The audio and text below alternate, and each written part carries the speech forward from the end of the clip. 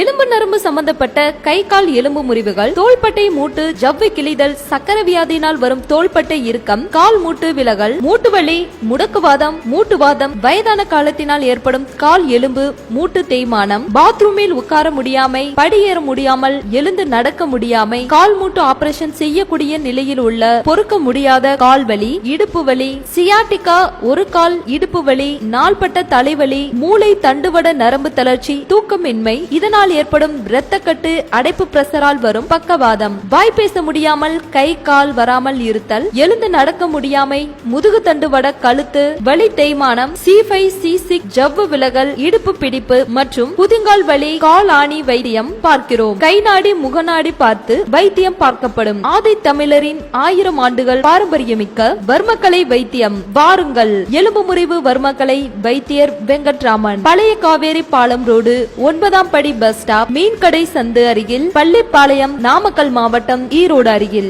செல் 9788675817 8248463453.